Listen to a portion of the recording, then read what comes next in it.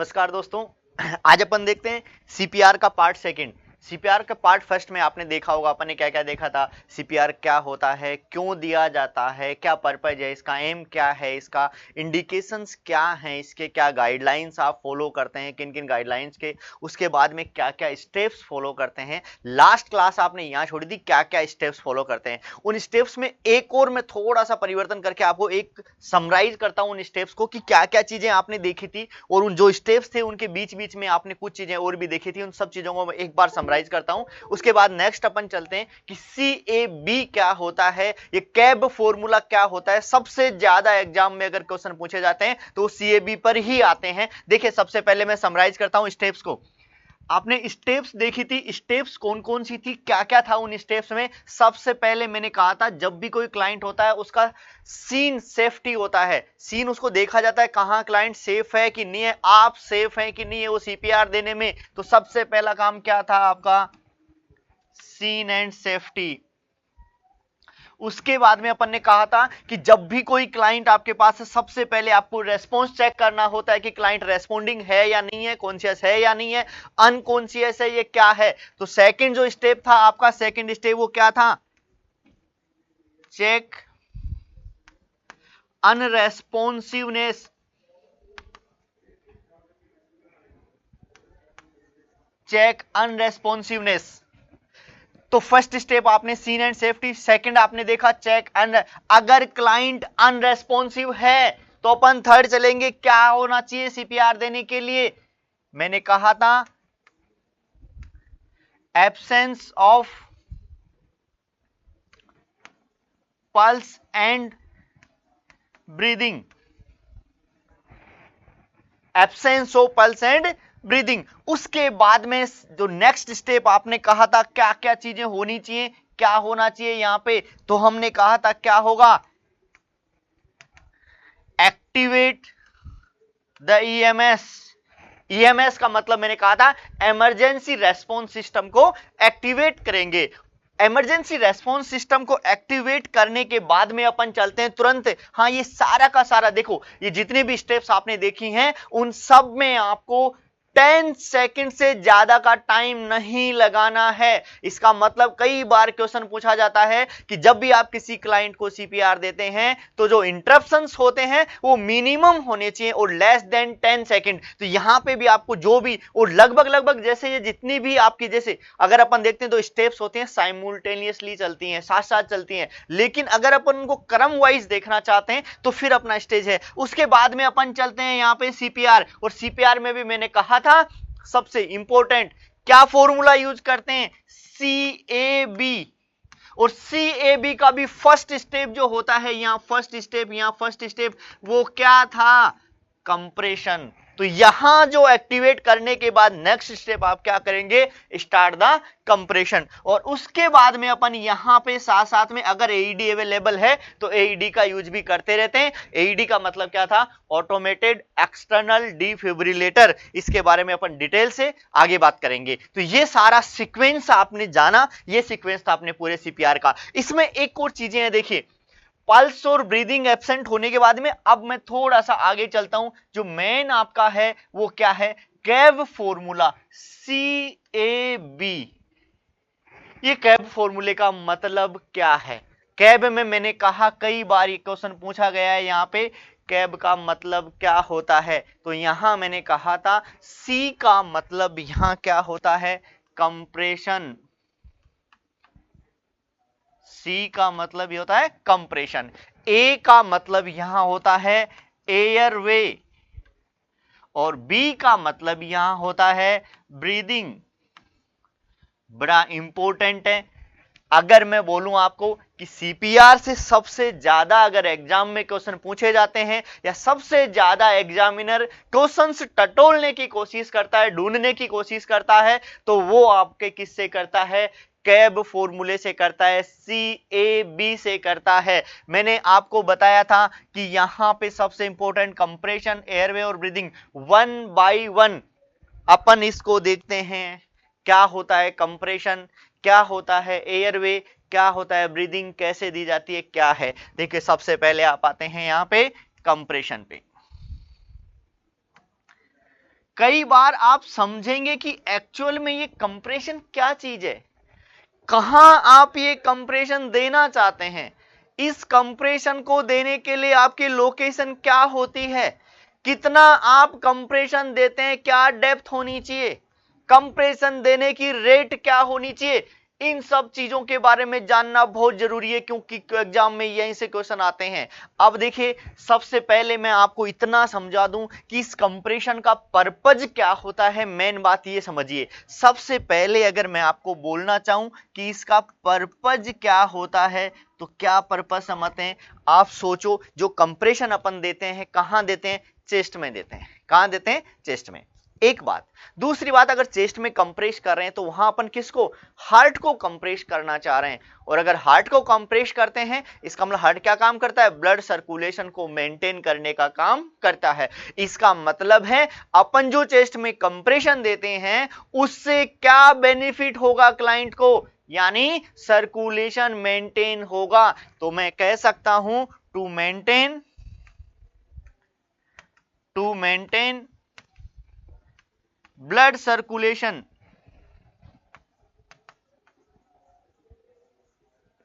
To maintain blood circulation, ये इसका main purpose है। तो कई बार अगर क्वेश्चन पूछा जाए आपसे कि कंप्रेशन का मेन पर्पज क्या होता है, तो ये ब्लड सर्कुलेशन को मेंटेन करने का काम करता है, ब्लड सर्कुलेशन को बनाए रखने का काम करता है।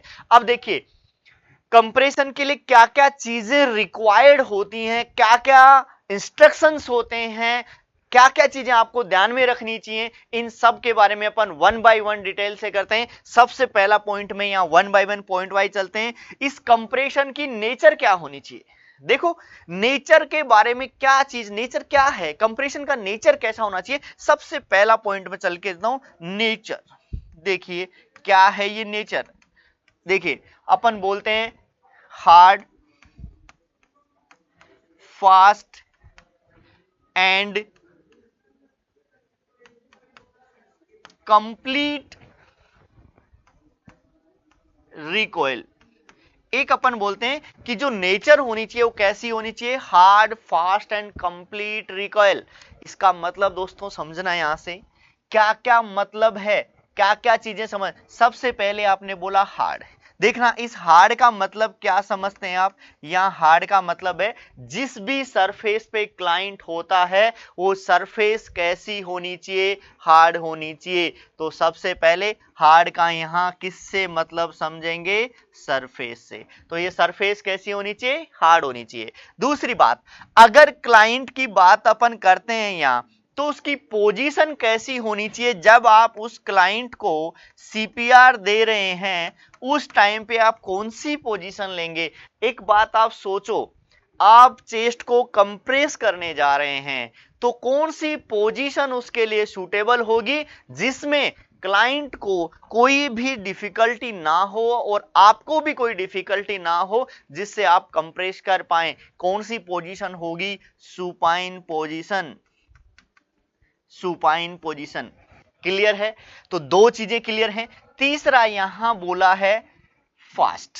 एक और समझना यहां से, कई बार एक क्वेश्चन पूछा गया है यहां से, हार्ड सरफेस। कई बार एक चीजें होती हैं, देखो आपने देखा होगा आपके पास हॉस्पिटल में अगर पेशेंट होता है तो कई बार अपन क्या करते हैं, जो अनकॉन्शियस पेशेंट होते हैं या जो long time bed ridden patient होते हैं, ऐसे पेशेंट्स के लिए अपन कुछ स्पेशल प्रकार के मैट्रेस का यूज करते हैं। और वो मैट्रेस कौन से होते हैं, या तो एयर मैट्रेस होता है या वाटर मैट्रेस होता है। देखिए एयर मैट्रेस का मतलब है जिसमें एयर होता है, एयर भरा हुआ होता है। वाटर मैट्रेस का मतलब वाटर। ये क्यों किया जाता है, जैसे आपने सुना होगा एक नाम प्रेशर इंजरी को, अपन प्रेशर इंजरी नहीं हो उससे बचा सकें, प्रोफाइलेक्सिस रूप से अपन ये बेड यूज कर सकते हैं। अगर ऐसे क्लाइंट में आपको सीपीआर देना हो और उनको अगर एयर मैट्रेस या वाटर मैट्रेस लगा हुआ हो तो क्या क्वेश्चन उठता है, क्या अपन उसको डायरेक्ट सीपीआर दे सकते हैं, या फिर अगर वो एयर मैट्रेस लगा हुआ तो सबसे पहले उसको डिफ्लेट करना पड़ेगा कि नहीं पड़ेगा, या फिर वाटर मैट्रेस को ऐसे ही या वाटर जो मैट्रेस है उसको रिमूव करना पड़ेगा या नहीं पड़ेगा। एक बात हमेशा ध्यान रखना दोस्तों, हार्ड सरफेस का मतलब है हार्ड होनी चाहिए मैट्रेस, उसमें किसी प्रकार का एयर और वाटर मैट्रिक्स यूज नहीं करना चाहिए। एक और क्वेश्चन कई बार आपको ऐसे पूछा जाता है कि कौन सा स्टेटमेंट ट्रू है और कौन सा स्टेटमेंट फॉल्स है, तो वहां हमेशा ध्यान रखना एक बात, avoid water oblique air matrix, avoid water oblique air, यानी एयर मैट्रिक्स का यूज नहीं करेंगे और वाटर मैट्रिक्स का यूज नहीं करेंगे। तो ये क्लियर है। अब आगे आपने बोला था फास्ट, देखो फास्ट का मैं ऐसे मतलब आपको समझाऊंगा आगे कंप्रेशन रेट से रिलेटेड, लेकिन मैं थोड़ा सा आइडिया आपको यहां देता हूं। जो कंप्रेशन रेट है वो हाई होना चाहिए, अगर हाई नहीं होगा तो अपन सर्कुलेशन को मेंटेन नहीं रख पाएंगे। तो इस बात को भी आप समझें, जो रेट होगी वो हमेशा कैसी होगी, हाई होगी। अब हाई कितनी होगी ये चीज मैं आपको आगे समझाऊंगा, उसमें बताऊंगा रेट पे क्वेश्चंस क्या बनते हैं वो भी मैं आगे समझाऊंगा आपको। तीसरा आपने बोला, एक और चीज यहां आपने बोली, कंप्लीट रिकॉइल, एक और आपने बोला कंप्लीट रिकॉइल। देखो इस कंप्लीट रिकॉइल से क्या मतलब है, अभी आपने कहा जो आप कंप्रेशन दे रहे हैं वो कंप्रेशन अपन कहां देंगे, तो आपने कहा चेस्ट में अपन देते हैं, स्टर्नम जो आपका होता है सेंटर ऑफ द चेस्ट होता है वहां देते हैं, उसका भी प्रॉपर लोकेशन अपन देखेंगे। लेकिन कंप्लीट रिकॉइल का मतलब है, जैसे मान लीजिए आपने यहां पे चेस्ट पे कंप्रेशन दिया और लगभग आपने कहा 2 इंच कंप्रेस किया, तो आपकी जो यहां पर ये चेस्ट है यहां आई। अब अगर आप कंप्रेशन और आगे की तरफ देते रहेंगे यहां से और इसको वापस से पुनर्वस्था में नहीं आने देंगे, तो क्या कंप्रेशन इफेक्टिव होगा, क्या नहीं होगा। ये जो आपने 2 इंच को कंप्रेस किया है उसके बाद ये वापस अपनी पुनर्वस्था में आना चाहिए, फिर आप उसको कंप्रेस करेंगे, फिर उसका ये पुनर्वस्था में आना चाहिए, यानी कि चेस्ट का अपनी पुनर्वस्था में आना ही क्या कहलाता है, कंप्लीट रिकॉइल कहलाता है। तो जब भी आप चेस्ट को कंप्रेस कर रहे हो तो ये वापस अपनी पुनर्वस्था में आनी चाहिए। क्लियर है बात। तो कुछ चीजें आपने कहा, तो मैंने सबसे पहला पॉइंट आपको लिखा था नेचर क्या होना चाहिए, तो दोस्तों नेचर सीपीआर का या अपन कैप कंप्रेशन का नेचर क्या होगा, hard fast and complete recoil. Clear है। नेक्स्ट अपन चलते हैं, देखिए सेकंड क्या है। अभी आपने कहा आप चेस्ट में कंप्रेस देने जा रहे हो, कहां पे कंप्रेशन देंगे, कंप्रेशन का लोकेशन क्या होगा, ऐसा भी अपने को देखना मिलेगा। तो सबसे दूसरी बात है लोकेशन क्या होगा, लोकेशन का मतलब है कंप्रेशन की लोकेशन क्या होगा। चेस्ट तो आपने बोल दिया, चेस्ट में भी एक स्पेसिफिक एरिया होगा जहां पर आपको क्या करना पड़ेगा, कंप्रेस देना होगा। तो देखिए कंप्रेशन की लोकेशन क्या होगी, देखिए ये मान लीजिए ये आपका चेस्ट कैविटी है, ये क्या है, चेस्ट कैविटी। सेंटर में आपको पता है यहां पे ये क्या पाया जाता है, स्टर्नम। इसको मैं थोड़ा सा कर देता हूं, इसको अपन क्या बोलेंगे, स्टर्नम। अब अपन ने यहां पर थोड़ा सा मैं एक और लैंडमार्क यहां बनाता हूं, ये है, और ये लैंडमार्क अपन ने कहा ये क्या है, ये निप्पल है, और इस लाइन को मैं क्या बोल दूंगा, निप्पल लाइन बोल दूंगा, निप्पल लाइन। क्लियर है। तो दोस्तों एक बात हमेशा ध्यान रखना, जो आपको कंप्रेशन देने होते हैं सेंटर यानी स्टर्नम पे, और अपन कहां देंगे, क्योंकि आपको कहां होना चाहिए, apex part of the heart, और लगभग वो कहां होता है, 5th इंटरकोस्टल स्पेसर होता है, और वो लगभग आपके आइडिया कहां पे है, इक्वल टू निप्पल लाइन पे। तो ये जो आपका लोकेशन है, ये लोकेशन क्या कहलाएगी, ये लोकेशन क्या कहलाएगी, आपकी कंप्रेशन की लोकेशन कहलाएगी। यानी मैं अगर इसको लिखूं तो देखो मैंने पहले भी कहा था कि ये सीपीआर अपन 3 कंडीशंस पे लेके चलेंगे। अगर मैं बोलूं एडल्ट एंड चाइल्ड के लिए, किसके लिए, एडल्ट और चाइल्ड के लिए कहां अपन देते हैं, तो अपन कहेंगे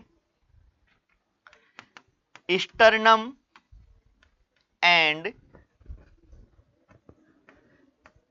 इक्वल टू निप्पल लाइन।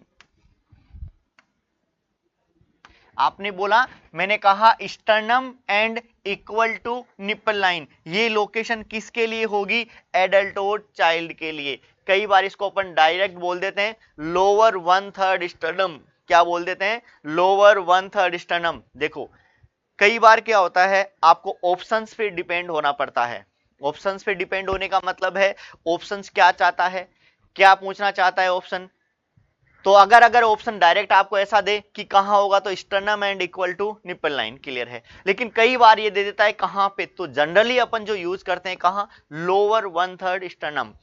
अगर अपन यहां पे बात करते हैं इन्फेंट की, क्योंकि मैंने कहा था 3 गाइडलाइन अपन साथ में लेके चलेंगे, इन्फेंट, चाइल्ड और एडल्ट।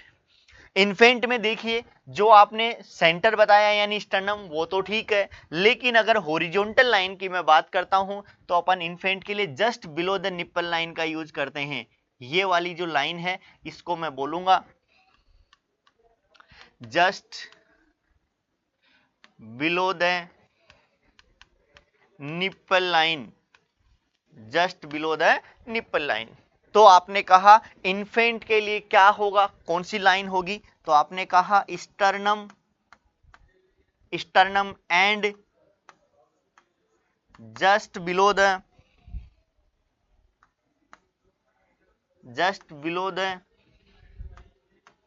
Nipple line.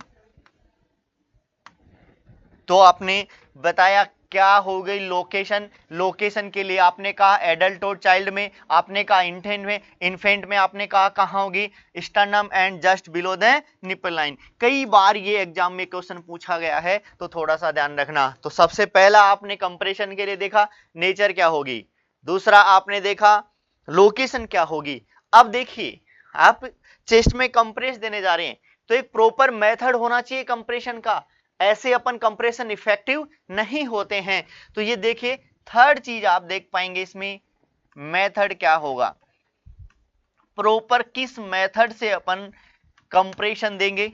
देखिए जनरली अपन क्या मानते हैं कि जो कंप्रेशन अपन कितना दे जहां से इफेक्टिव सर्कुलेशन हो, उसके लिए अपने को एक डेप्थ मेंटेन करना होता है, उस डेप्थ तक आपको कंप्रेशन देना होता है। आपको पता है एडल्ट, चाइल्ड और इन्फेंट, इन तीनों की बोन्स में फर्क होता है, और ऐसे में अपन अगर इन्फेंट में अपन कंप्रेशन दे रहे हैं तो अपने को थोड़ा सा क्या होगा, कंप्रेशन के लिए प्रेशर कम लगाना पड़ेगा, चाइल्ड के लिए थोड़ा सा ज्यादा लगाना पड़ेगा, और एडल्ट के लिए आपको प्रेशर ज्यादा और ज्यादा लगाना पड़ेगा। इन सब कंडीशंस को देखते हुए अपन जो कंप्रेशन देते हैं, उन कंप्रेशंस का एक प्रॉपर मेथड होता है। देखिए दोस्तों, जब भी आप कंप्रेशन की बात करेंगे, मेथड की बात करेंगे, मेथड से अपन कर सकते हैं। मेथड का मैं मतलब समझा देता हूं क्या है। या तो अपन 2 फिंगर से दे सकते हैं, या कई बार 2 thumb encircling hand technique ऐसे करके दे सकते हैं, या कई बार अपन हील ऑफ 1 हैंड का यूज कर सकते हैं, या कई बार अपन बोथ हैंड्स का यूज करते हैं। जब बोथ हैंड्स का यूज किया जाता है तो उसमें क्या होता है, हील ऑफ 1 हैंड यूज किया जाता है, other hand on top with interlocking the finger, ये होता है। अगर इंटरलॉकिंग है फिंगर का, और ये वाले जो आपके पिस्टन है ये हमेशा क्या होने चाहिए, स्ट्रेट होने चाहिए। और जो आपका प्रेशर है बॉडी का, ये जो आपका प्रेशर है बॉडी का, यहां से प्रेशर क्रिएट होना चाहिए। तो कभी भी अपन सीपीआर देते टाइम पे ये दोनों हैंड्स एक दूसरे के पैरेलल होंगे, फिंगर्स इंटरलॉकिंग होगी, ये क्वेश्चन यहां बनता है। उसके बाद में आपकी जो ये पिस्टन है हमेशा क्या होंगे, स्ट्रेट, और उसके बाद में आप कंप्रेशन दे सकते हैं। तो ये देखिए यहां पे मेथड, मैं अगर एडल्ट की बात करूं, यहां पे एडल्ट के लिए कैसे दे सकते हैं अपन, तो आपने कहा 2 हैंड मेथड का यूज करना पड़ेगा। किसका यूज करना पड़ेगा, 2 हैंड मेथड का यूज करना पड़ेगा। और 2 हैंड में भी कैसे देंगे, ये इंपॉर्टेंट है। सफदरजंग हॉस्पिटल 2017 में एक 55 पोस्ट के लिए एक वैकेंसी आई थी। उस वैकेंसी में सीपीआर से अकेले से 5 क्वेश्चंस आए थे। उन 5 क्वेश्चंस में एक क्वेश्चन यहां पे ये था, आपका मेथड का भी था कि जब आप कंप्रेशन दे रहे हैं तो किस मेथड का यूज करते हैं। उसमें ऑप्शंस में आपका था 1 हैंड मेथड, दूसरा ऑप्शन था 2 हैंड मेथड, तीसरा ऑप्शन था 2 फिंगर्स, और फोर्थ जो ऑप्शन था वो था 2 hand method with interlocking the finger. तो दोनों में 2 ऑप्शन में वेरी कर गया, आपको 2 चीजें में कंफ्यूज कर गया। टू हैंड मेथड पहले भी दे गया, जबकि एडल्ट में अपन टू हैंड मेथड, लेकिन आगे मैंने कहा क्या इंपॉर्टेंट है, फिंगर्स का इंटरलॉक होना। कई बार एक और चीजें आप डाउट में क्लियर करता हूं आपको, कई बार लोगों या कई स्टूडेंट्स को डाउट होता है कि कौन से हैंड को ऊपर करना चाहिए, कौन से हैंड को नीचे होना चाहिए। ऐसा देखो दोस्तों, हमेशा ध्यान रखना नॉन डोमिनेंट, क्योंकि मैं ऐसे नहीं बोलूंगा राइट या लेफ्ट, ऐसा नहीं बोल सकते, क्योंकि किसी का राइट ज्यादा वर्क करता है, किसी का लेफ्ट करता है। अपन ऐसे बोल सकते हैं dominant and non dominant hand. Dominant hand कौन सा होगा, जो आप ज्यादा यूज करते हैं, नॉन डोमिनेंट जिसको कम करते हैं। तो हमेशा ध्यान रखना जो प्रेशर क्रिएट आप करते हैं वो किससे करेंगे, डोमिनेंट हैंड से। तो डोमिनेंट हैंड हमेशा ऊपर रहेगा और नॉन डोमिनेंट हैंड वो कहेगा नीचे रहेगा। क्लियर है मेरी बात। अब देखिए टू हैंड मेथड, तो मैं इसको कह सकता हूं heel of one hand comma other hand on top with interlocking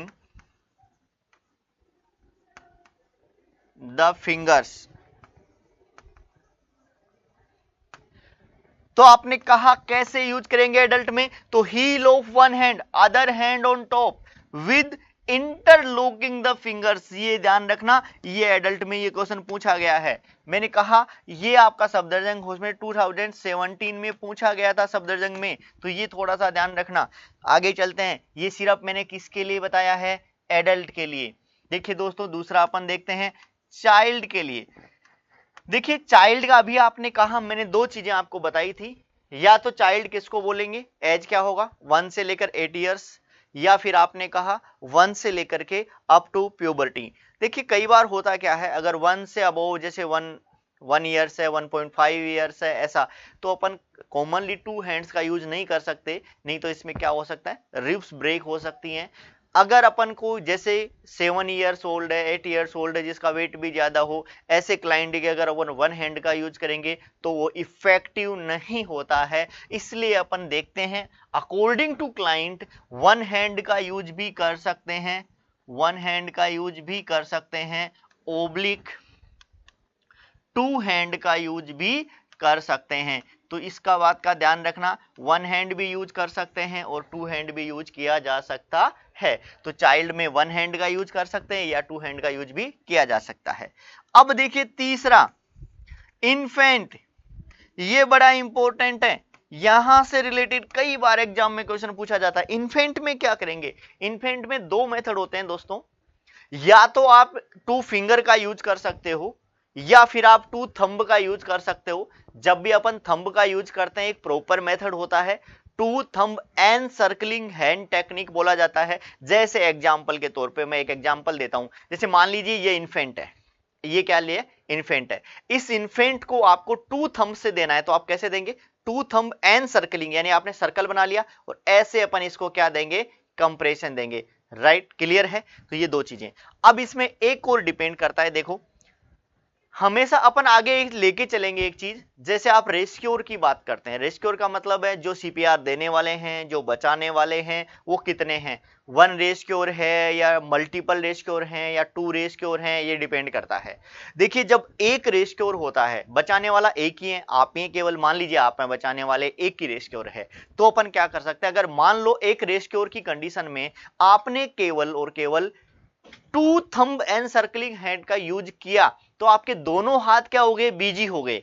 तो आप उस क्लाइंट का, बच्चे का माउथ ओपन करना है या मैं कह रहा हूं एयरवे को मेंटेन करना है, वो काम नहीं कर पाएंगे। इसलिए एक रेस्क्योर, 1 रेस्क्योर की कंडीशन में कभी भी टू थंब का यूज नहीं किया जाता। अगर 1 रेस्क्योर है तो अपन बेस्ट क्या होगा, टू फिंगर मेथड, क्या होगा उसमें, टू फिंगर से अपन कंप्रेशन करेंगे, दूसरे हैंड फ्री रहेगा आपका, उस हैंड से आप एयरवे को ओपन कर सकते हैं, मेंटेन कर सकते हैं। तो एक बात हमेशा ध्यान रखना, अगर इन्फेंट की कंडीशन में अगर 1 रेस्क्योर है, अगर 1 रेस्क्योर है तो अपन किसका यूज करेंगे,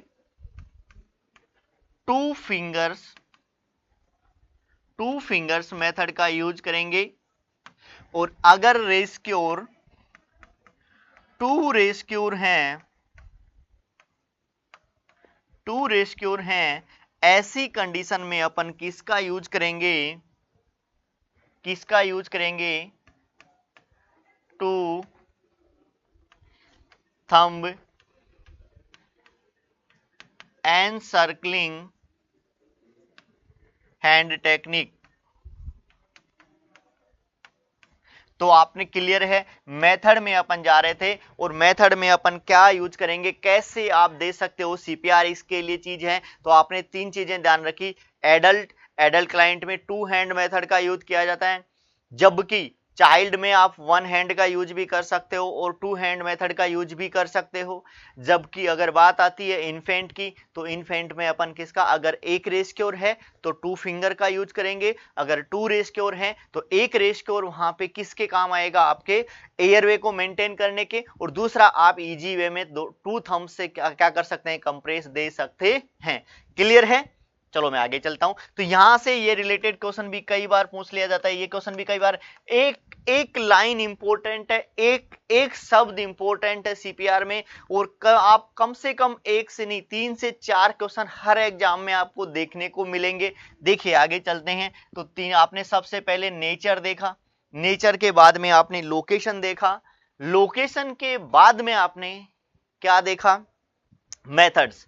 अब एक और चीज आती है, देखो 4th इंपॉर्टेंट, सबसे इंपॉर्टेंट यहां पर जो क्वेश्चंस बनते हैं सबसे ज्यादा, वो है डेप्थ। अब डेप्थ से आप क्या समझते हैं, डेप्थ का मतलब ये है जो कंप्रेशन आप दे रहे हो वो चेस्ट में कितना कंप्रेस करना चाहिए, चेस्ट को कितना इंच या सेंटीमीटर आप कंप्रेस कर सकते हैं। तो डेप्थ क्या होगी कंप्रेशन की, ये बड़ा इंपॉर्टेंट है।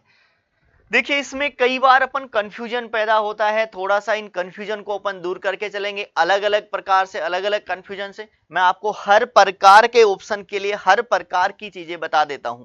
कैसा भी ऑप्शन आए आपके पास उसका जवाब होना चाहिए, चाहे वो 1 डिजिट में दे, चाहे वो 2 डिजिट में, कैसा भी दे। देखो आगे डेप्थ में सबसे पहले मैं बात करूंगा एडल्ट क्लाइंट की, कि एडल्ट में अपन क्या डेप्थ लेते हैं, कितना डेप्थ, कितना कंप्रेस दे सकते हैं। तो एक बात हमेशा ध्यान रखना, एडल्ट के लिए अपन बोलते हैं एटलीस्ट 2 इंच, एटलीस्ट 2 इंच। अब एटलीस्ट 2 इंच का मतलब समझ लेना, एटलीस्ट 2 इंच का मतलब होता है कम से कम आपको 2 इंच यूज करना ही करना है।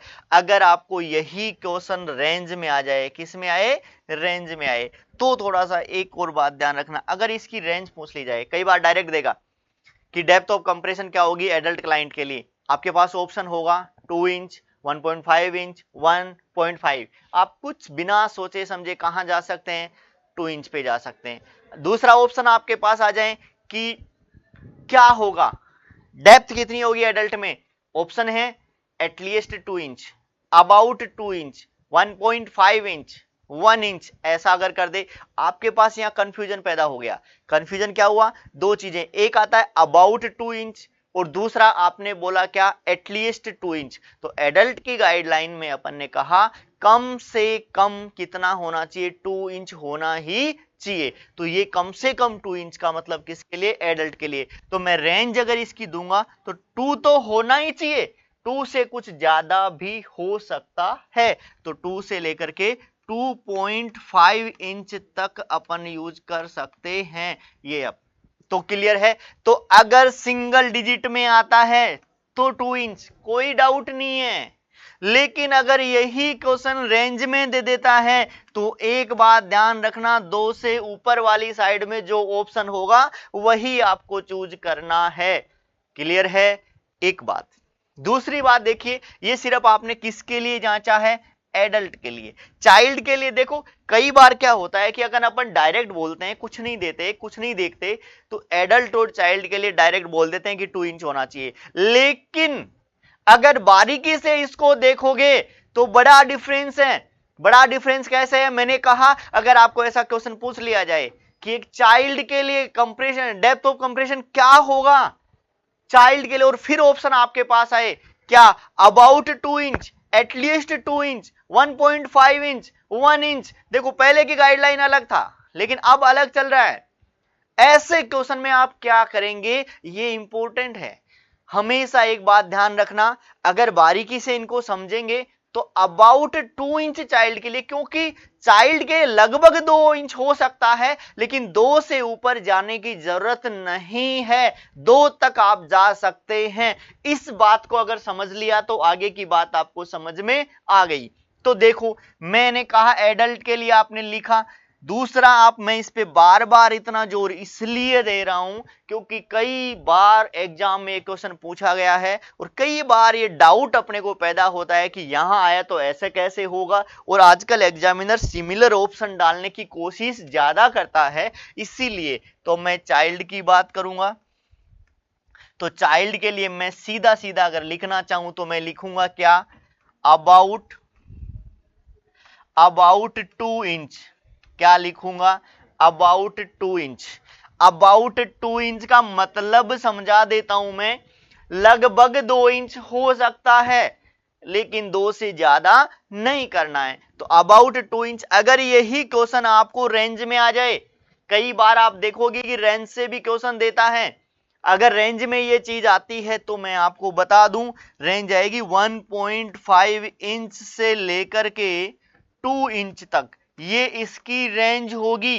रेंज में आए तो ये ऑप्शन देना है, रेंज में नहीं आए तो ये ऑप्शन देना है। और अगर ऐसा कुछ भी ना लिखे और ऑप्शन आपको ऐसा दे, कैसा कि अगर एक चाइल्ड के लिए कंप्रेशन रेट क्या होगी और उसमें आपको बोले 0.5, 1 इंच, 1.5 इंच और 2 इंच, आप क्या करेंगे, यहां पे डायरेक्ट बिना सोचे समझे, कुछ नहीं सोचना कुछ नहीं समझना, 2 इंच क्या करेंगे, 2 इंच। तो ये आपने देखा चाइल्ड में, तो आपने कहा चाइल्ड के लिए अपन बोलेंगे अबाउट 2 इंच, और अगर रेंज बोलेगा तो क्या बोलेंगे, 1.5 से लेकर के 2 इंच। दोस्तों ऐसा ही अपन थोड़ा सा और आगे चलते हैं और अपन बात करते हैं किसमें, इन्फेंट की बात करते हैं। देखो इन्फेंट के लिए जो आपका ये होता है डेप्थ, वो कितना होता है, 1.5 इंच। देखिए पहले की गाइडलाइन अलग थी, मैं फिर बार बार बोल रहा हूं 1.5 इंच। ये डायरेक्ट अगर आपको बोले तो ये है। अगर इसी क्वेश्चन को भी अगर वो रेंज में डाल दे, वो रेंज पूछना चाहे कि क्या रेंज अपन यूज कर सकते हैं, तो देखिए रेंज क्या यूज करेंगे, रेंज में आपका आता है 1 से लेकर के 1.5 इंच तक यूज कर सकते हैं। अब मैं नहीं चाहता कि कैसा भी ऑप्शन आए और कैसे भी ऑप्शन में आप मिस्टेक करें, क्लियर है। तो मिस्टेक नहीं होना चाहिए, आपके पास जैसा ऑप्शन आए उसके आधार पे आपके पास है। अगर आपको कुछ नहीं दिया गया है तो सीधा सीधा मतलब समझ लेना, चाइल्ड और एडल्ट में 2 इंच और इन्फेंट में 1.5 इंच।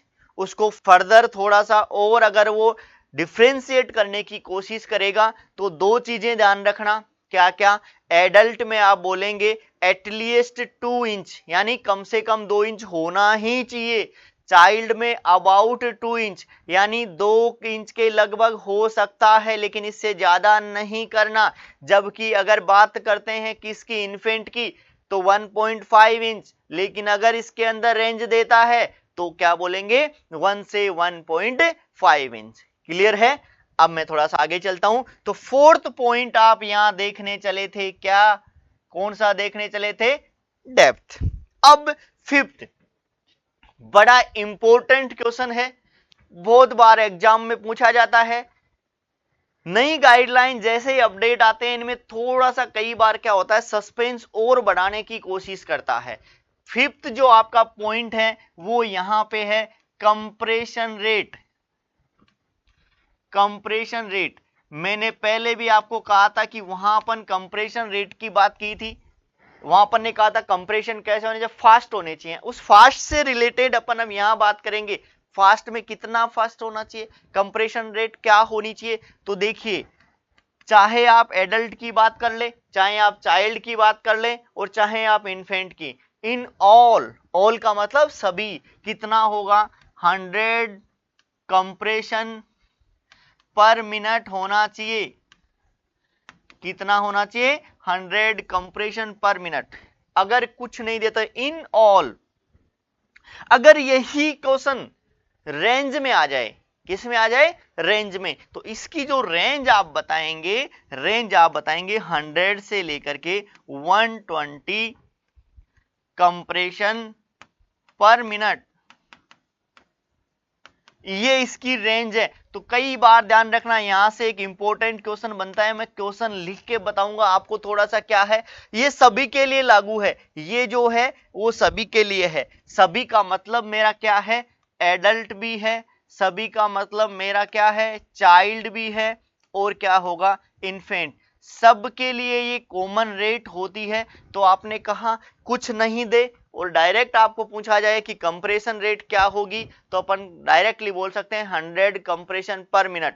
लेकिन अगर आपको इसी क्वेश्चन को थोड़ा सा रेंज में डाल दे और रेंज में आपको बोले 100, तो रेंज क्या बोलेंगे अपन, 100 to 120 कंप्रेशन पर मिनट। देखिए यहां मैं एक क्वेश्चन देखता हूं, एक क्वेश्चन से अपन डिस्कशन करते हैं। मैं एक क्वेश्चन लिखता हूं यहाँ पे, देखिए आप कई बार यहां से क्वेश्चन बनाने की कोशिश करता है।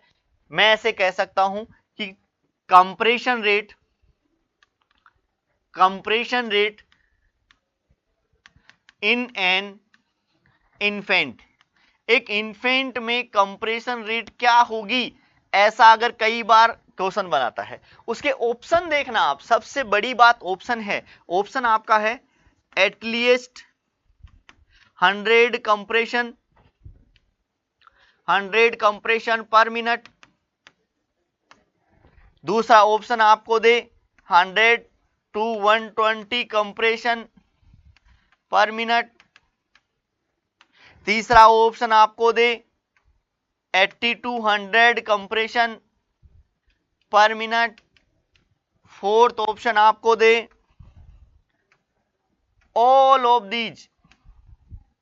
देखिए ऑल ऑफ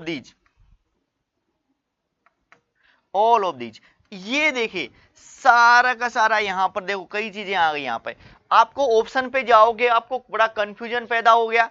आपको बोला है कि इन्फेंट में अंदर कंप्रेशन रेट क्या होगी, चेस्ट कंप्रेशन। सबसे फर्स्ट ऑप्शन आपने देखा, यहां लिखा हुआ है एटलीस्ट 100 कंप्रेशन पर मिनट। आपने जब गाइडलाइन पढ़ी, मैंने ऊपर पढ़ाया, तो आपने सोचा कि अपन ने पढ़ा था क्या 100 कंप्रेशन पर मिनट होना चाहिए। उसके आधार पे ये गाइडलाइन क्या है, ठीक है, क्या है, ठीक है, गलत नहीं बता रहा, ठीक है। दूसरा आपका ऑप्शन आता है 100 to 120 कंप्रेशन पर मिनट। देखिए इसका मतलब क्या है, ये भी अपन ने देखा कि अगर रेंज में देता है तो अपन क्या कर सकते हैं, 100 से 120 कंप्रेशन कर सकते हैं। ये एक बेटर ऑप्शन है, क्योंकि 100 तो होना ही होना चाहिए, इससे कुछ ऊपर हो सकता है। तीसरे ऑप्शन पे आना, ये ऑप्शन है 80 to 100 कंप्रेशन पर मिनट, 80 से लेकर के 100 कंप्रेशन पर मिनट। देखिए अगर ऐसा ऑप्शन आपके पास आता है तो इसमें बड़ा, ये तो अपन ने पढ़ा ही नहीं कि 100 से कम होना चाहिए। भाई थोड़ा सा आप देखिए, जब भी ऐसे मल्टीपल चॉइस में आपको लगता है कि ये भी हो सकता है, ये भी हो सकता है, वहां थोड़ा सा आपको चॉइस करनी पड़ेगी। यहां 80 का तो नाम ही नहीं लिया अपन ने, कहीं गाइडलाइन में नहीं है अपने की 100 से कम होने चाहिए, 100 से कम होने चाहिए, ये ऑप्शन डायरेक्टली आपने कट कर दिया। अब आता है इन दो ऑप्शंस की बारी, और दो ऑप्शन में आपने कहा इसमें है एटलीस्ट 100 कंप्रेशन और इसमें क्या 100 to 1 कंप्रेशन। देखो दोनों की बातें ठीक है, दोनों में आपको इसमें कौन सा चुनना है, जो बेटर ऑप्शन है वो है एटलीस्ट 100 कंप्रेशन पर मिनट। का मतलब है कि 100 हैं, कम से कम 100 होने चाहिए, जबकि दूसरा ऑप्शन कहता है 100 तो हैं ही, लेकिन इससे कुछ ऊपर भी हो सकते हैं, यानी 100 to 120 कंप्रेशन पर मिनट तक जा सकते हैं। तो इस बात में दोनों में से बेटर ऑप्शन पे अगर मैं जाऊंगा तो ये वाला बेटर होगा। ये कहना चाह रहा है कि 100 तो मैंने भी यहां दे रखे हैं, लेकिन 100 से 120 तक जा सकते हैं। इसने कहा नहीं, कम से कम 100, तो हाँ मान लिया कम से कम 100 है, लेकिन दोनों में मैं बेटर पे जाऊंगा तो आपका ऑप्शन होगा 100 to 120 कंप्रेशन पर minute. Very very very important question, बहुत बार एग्जाम में ऐसा क्वेश्चन ऐसा डालने की कोशिश करता है, तो थोड़ा सा ध्यान रखना। तो ये कंप्रेशन के लिए आपको फिफ्थ गाइडलाइन थी, क्या क्या चीजें होनी चाहिए। तो डायरेक्ट अगर आपको बोले कुछ ना दे तो आप 100 कंप्रेशन पर मिनट, इसकी रेंज में अगर देता है तो आपका आएगा 100 to 120 कंप्रेशन पर मिनट, ये बेटर ऑप्शन होगा। अब आगे अपन थोड़ा चलते हैं, तो ये आपका कंप्रेशन कंप्लीट है। तो कंप्रेशन के लिए आपने क्या क्या पढ़ा, कंप्रेशन का नेचर कैसा होना चाहिए, फिर आपने कहा कंप्रेशन की लोकेशन क्या होगी, यानी कहां कंप्रेशन दे सकते हैं। तीसरा, कंप्रेशन देने के लिए किस मेथड का यूज करेंगे। फोर्थ आपने बोला क्या बोला कि डेप्थ कितनी होगी। और फिफ्थ था कंप्रेशन रेट क्या होगा। ये बड़ा इंपॉर्टेंट है, बहुत बार एग्जाम में यहां से क्वेश्चन पूछा जाता है। तो सबसे पहला मैंने आपको कैब फॉर्मूला पे चले थे, कैब का मतलब आपको कंप्रेशन बताया था, कंप्रेशन यहां क्लियर है। अब अपन सेकंड पे चलते हैं, किस पे, थोड़ा सा और आगे चलते हैं और आगे में अपन देखेंगे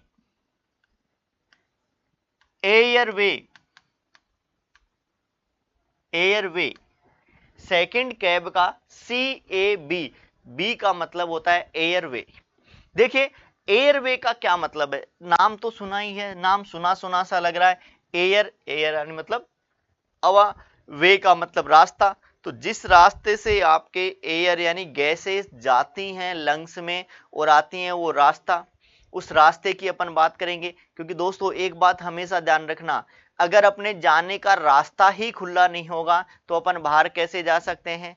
ऐसा ही अपन यहां सोचेंगे, अगर आपका एयरवे यानी जहां से आपकी एयर, जहां से आपकी गैसेज, जहां से आपकी ऑक्सीजन जा रही है जिस रास्ते से, वो रास्ता ही अगर ओपन नहीं होगा तो कैसे आगे ऑक्सीजन लंग्स तक जा पाएगी। और अगर लंग्स तक नहीं जाएगी तो ब्लड में ऑक्सीजन कैसे जाएगी। तो इंपॉर्टेंट यहां क्या है कि आपकी जो ऑक्सीजन एयरवे ओपन होना चाहिए। तो इस एयरवे का पर्पज क्या है आपका, ओपन द एयरवे। एयरवे को क्या करना होगा, ओपन करना होगा। तो ये बात थोड़ा सा आप ध्यान रखना, ओपन द एयरवे। तो एयरवे के लिए बड़ी बात है, बड़ी काम की बात है कि एयरवे हमेशा कैसा होना चाहिए, ओपन होना चाहिए। अब देखिए एयरवे को ओपन करने के लिए कौन कौन से मेन्यूवर्स का यूज किया जाता है, उनको अपन एयरवे मेन्यूवर्स बोले जाते हैं। अब एयरवे मेन्यूवर्स में क्या क्या यूज करेंगे आप, कैसे आप एयरवे को, हाँ एक और मैं आपको बड़ी बात, काम की बात बता देता हूं। जब भी आप एयरवे को ओपन करने की बात करते हैं, जब भी ऐसा करते हैं, कई बार आपने देखा होगा कि जब भी आप CPR देने जाते हो, क्लाइंट अनकॉन्शियस होता है, अनरेस्पॉन्सिव होता है, तो उसमें सबसे बड़ा ऑब्स्ट्रक्शन क्या हो सकता है, सोच के देखो क्या होगा।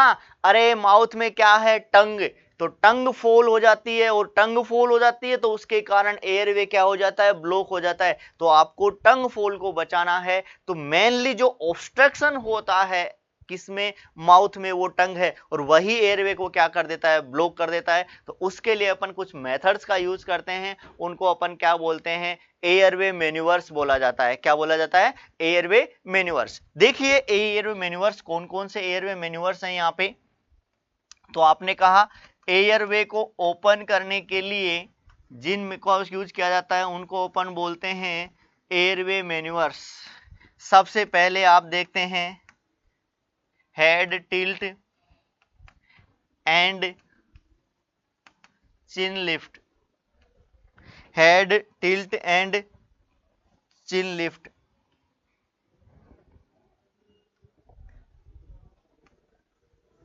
Head tilt and chin lift, एक मेथड तो ये होता है। दूसरा एक होता है जो थ्रस्ट मेथड, जो थ्रस्ट मेथड। देखिए इन दोनों में क्या डिफरेंस है इसके बारे में अपन बात करेंगे। पहले मैं इनके बारे में थोड़ा सा तुम्हें समझा देता हूं कि क्या है इनके बारे में।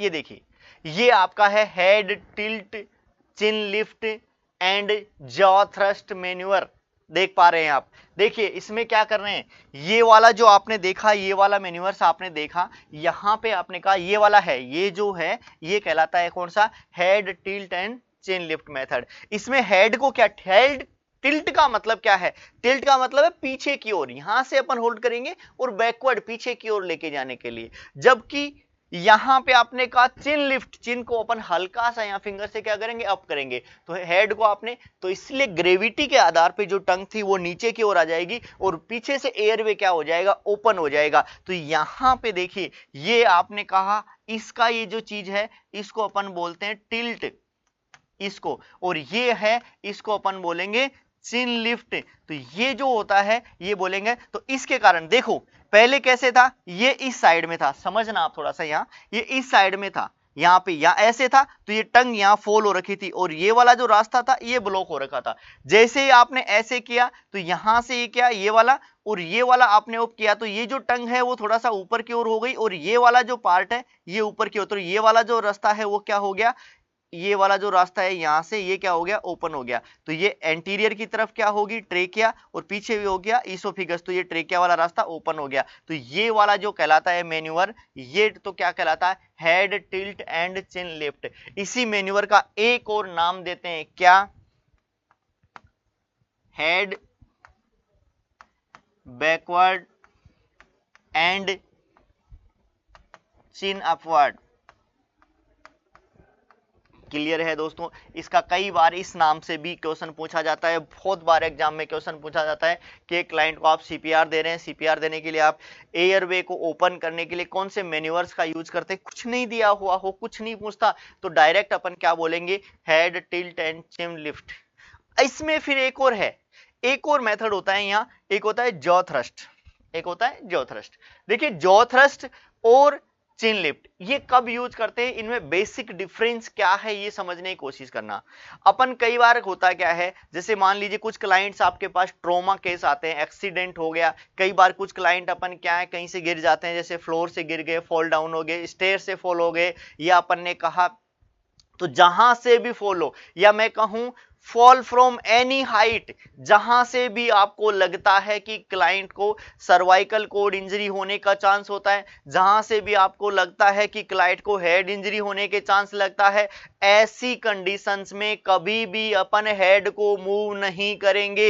एक बात हमेशा ध्यान रखना, हेड इंजरी की कंडीशन या सर्वाइकल कोड की इंजरी की कंडीशन में कभी भी जो आपकी नेक होती है, हेड होता है, ये न्यूट्रल पोजीशन में होना चाहिए, स्ट्रेट होना चाहिए, इसको मूव नहीं करेंगे। नहीं करने का कारण क्या है, इसका रीजन भी आप समझिए।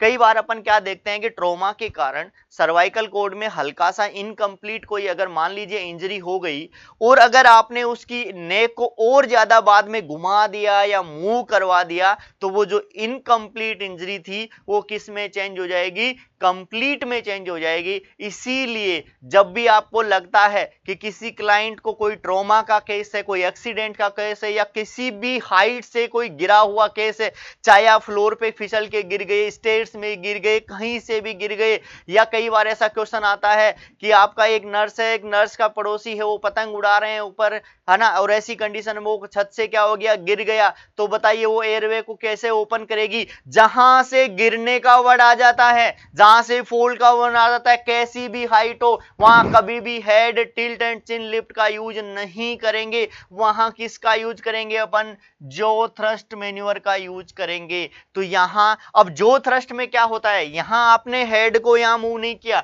यहां देखिए ये वाला जो आपका मैंडिबल है, लोअर मैंडिबल, ये क्या होता है, मूवेबल होता है। यहां अपने एंगल ऑफ मैंडिबल पे आपने हाथ रखा और थोड़ा सा नेक पे सारा, और इसको हल्का सा अप किया, अप साइड में, और इसको थोड़ा सा ओपन करेंगे तो एयरवे यहां से क्या होगा, ओपन हो जाता है। तो इस मेथड को जो आपने कहा, इस मेथड को, इसको आप क्या बोलेंगे, जो थ्रस्ट मेथड। क्या बोलेंगे, जो थ्रस्ट मेथड।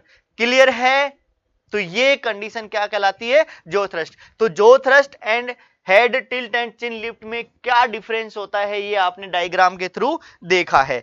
तो अब अपन वापस वहीं आते हैं अपने, तो आपने दो नाम लिखे थे, head tilt and chin lift. अब उसको मैं थोड़ा सा और आगे लेके चलता हूं। Head tilt and chin lift, इसी को आपने एक और नाम दिया था, मैंने अभी कहा, क्या कहा था, head backward and chin upward. Clear है, तो ये क्वेश्चन भी कई बार पूछा जाता है, इसको इस रूप में ना दे करके इस रूप में भी पूछ लिया जाता है, इस रूप में भी। तो अगर आपको कुछ ना दे, डायरेक्ट अगर आपको पूछा जाए, तो ऐसी कंडीशन में कुछ नहीं आपको सोचना, क्या देंगे, head tilt and chin lift.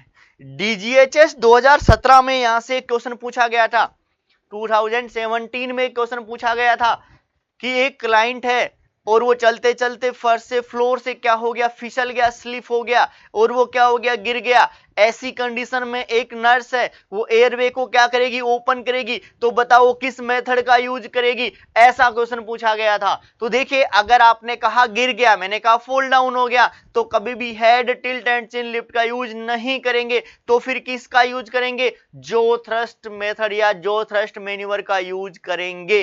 Clear है बात, दोनों में डिफरेंस क्लियर है। मैं एक और लाइन यहां लिखना चाहूंगा आगे कि जो थ्रस्ट अपन किन किन कंडीशंस में यूज कर सकते हैं, ये मैं आपको थोड़ा सा लिख देता हूं तो थोड़ा सा और बेटर रहेगा। इन case of any trauma, in case of any trauma, और एनी ट्रोमा का मतलब क्या है रे, तो मैं समझा देता हूं, फॉल फ्रॉम एनी हाइट, किसी भी हाइट से गिर जाए, फॉल हो जाए, fall from any height, comma accident, comma head injury, comma cervical cord injury. इन कंडीशंस में जो भी आपने देखी हैं, इन सब कंडीशंस में किसका यूज करेंगे, जॉ थ्रस्ट मेथड का यूज करेंगे। अनदर द इंपॉर्टेंट क्वेश्चन, तो क्लियर है। तो आपने कहा एयरवे को ओपन करने के लिए 2 मैन्यूवर्स का यूज किया जाता है, one head tilt and chin lift and another is one jaw thrust manoeuvre. Jaw thrust manoeuvre किन कंडीशंस में यूज किया जाता है, only in case of any trauma, या अपन कह सकते हैं fall from any height, accident, कोई cervical cord injury, head injury. इन सब कंडीशंस में किसका यूज करेंगे, जॉ थ्रस्ट मेथड का। क्लियर है। अब थोड़ा सा और आगे चलते हैं। अपन चल रहे थे कहां पे, मैंने कहा CAB, सी का मतलब आपने कंप्रेशन पढ़ा, ए का मतलब आपने क्या पढ़ा, एयरवे, एयरवे का मतलब था ओपन द एयरवे, और थर्ड अपन यहां पर देखेंगे क्या, ब्रीदिंग। तो अपन थर्ड में मैं चलता हूं, ब्रीदिंग। देखिए ब्रीदिंग का क्या मतलब है, जब तक अपन ब्रीदिंग नहीं देंगे ऑक्सीजन कंटेंट ऐड नहीं होगा। ब्रीदिंग इंपॉर्टेंट है। कैसे ब्रीदिंग दे सकते हैं, क्या है, देखो बेस्ट तरीका जो ब्रीदिंग देने का है वो अपन कैसे दे सकते हैं। तो आपने कहा सबसे important mouth to mouth, mouth to mouth. अगर आप माउथ टू माउथ किसी को अगर अपन दे रहे हैं तो उस कंडीशन में नोज को क्या करेंगे, पिंच रखेंगे। तो पिंच द नोज, नोज को पिंच करेंगे और अपन कैसे माउथ टू माउथ ब्रीदिंग देंगे। तो इंपॉर्टेंट सबसे कॉमन मेथड तो आपका क्या है, माउथ टू माउथ। अब दूसरा आपका, कई बार अपन कुछ बच्चों में, चाइल्ड्स में अपन दूसरे मेथड का भी यूज कर सकते हैं, वो क्या है, mouth to nose, mouth to nose. तीसरा यहां जो अपन मेथड यूज कर सकते हैं, तीसरा जो मेथड अपन यूज कर सकते हैं, माउथ टू स्टोमा।